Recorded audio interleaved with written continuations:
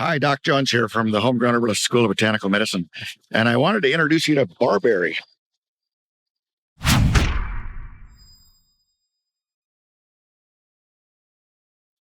So this is Barberry, Berberis vulgaris, and we're actually going to talk about two different plants today: Barberry and Oregon grape. They used to be in the same genus. They used to both be Berberis, but they've separated them out. And we'll talk about them both. The reason we're talking about them both is because medicinally they're absolutely identical. Okay, so this is Barberry, and this also is Barberry. This little green guy. Can you see him? There's different color varieties. This is the more natural state. So on Barberry, the root is the principal medicine, particularly the root bark, but most people use the whole root. And I actually happen to have a root here. So this is a plant we dug up the other day because it needed to be somewhere else. But anyway, you can see the yellow in this root. And that's the berberine, all right? That's where the name of that chemical comes from, the genus Berberis. And berberine is a yellow chemical that's found in plants like Barberry, obviously, Oregon grape, but also, like golden seal, that's also berberine, okay? So berberine has some important properties. It's a really excellent antibiotic, has a pretty broad spectrum of antibacterial activity. It's also good for fevers, for breaking fevers. But most of its effects, and what it's used for mostly, are its liver effects. It's what you would call a cholagogue, right? And so a cholagogue is the funky herbalist word for a plant that stimulates bile production and bile flow, all right? And so that leads to a lot of properties, right? Well, first of all, it makes the liver work more efficiently and do its job better, which is to detoxify the body. So you can use Barberry or Oregon grape to detoxify. You can use it for jaundice cases. You can use it for hepatitis cases. You can use it for digestive issues because, again, we're increasing bile flow. That helps digestion, right? It's also good for breaking fevers. And so, that's sort of the way we use it. It's not a plant that we tend to use long term. It's not a plant that you should use during pregnancy because of the berberine. But, as you harvest, you're looking for that yellow, and you can see, as I scrape some of this dry stuff off, how really bright yellow that is. And even up higher here, it's still really yellow. So anything really yellow, I'm going to harvest. Okay, it doesn't have to just be the root. The flowers and the berries are also medicinal.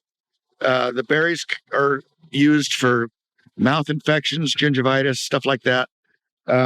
And you can also use the berries for breaking fevers. The berries, if they're getting enough water, are not too bad. Tart, but not terrible. The flowers also are medicinal, and they have good antibiotic properties too. And so what most people historically have used the flower for is just as a topical wound dressing for an antibiotic on a cut or something, right? So anyway, that's Barberry, Berberis vulgaris. And let's go look at the Oregon grape. All right, so this is Oregon grape, okay, and we've got two species growing here, and we'll post both of them so you can see. This one is Mahonia repens, all right?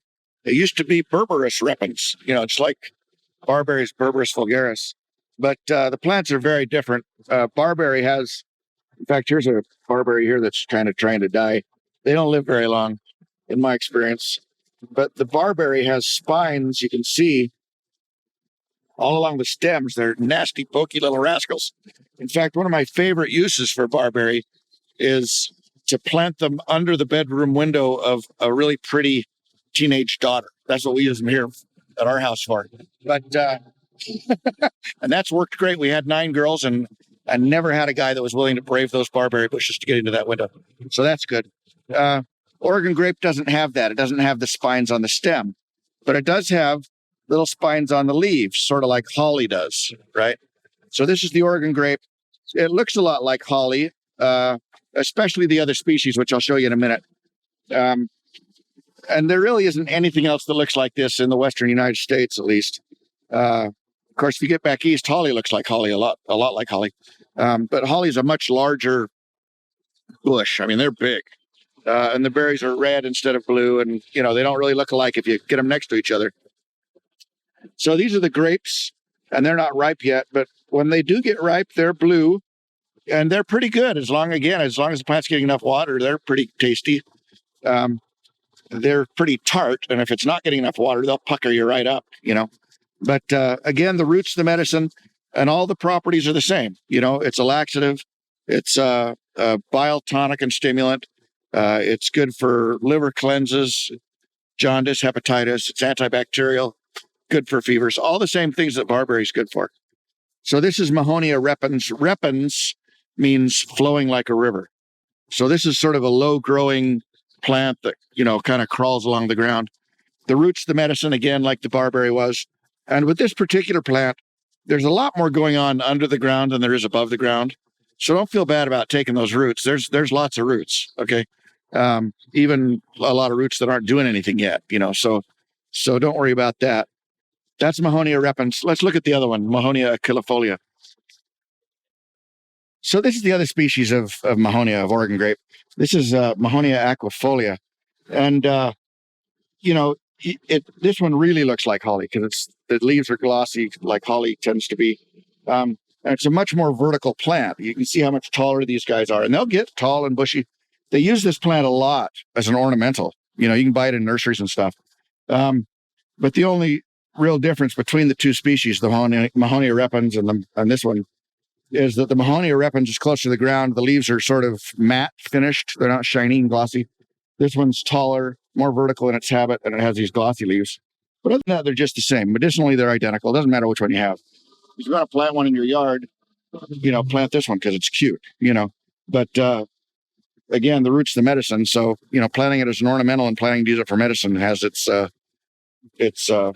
drawbacks too. But anyway, Mahonia, barberry, two great groups of plants for all the things we've talked about, and really, really attractive ornamentals.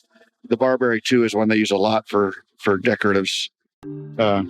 So I'm Dr. Patrick Jones from the HomeGrown Herbalist School of Botanical Medicine, and thanks for listening.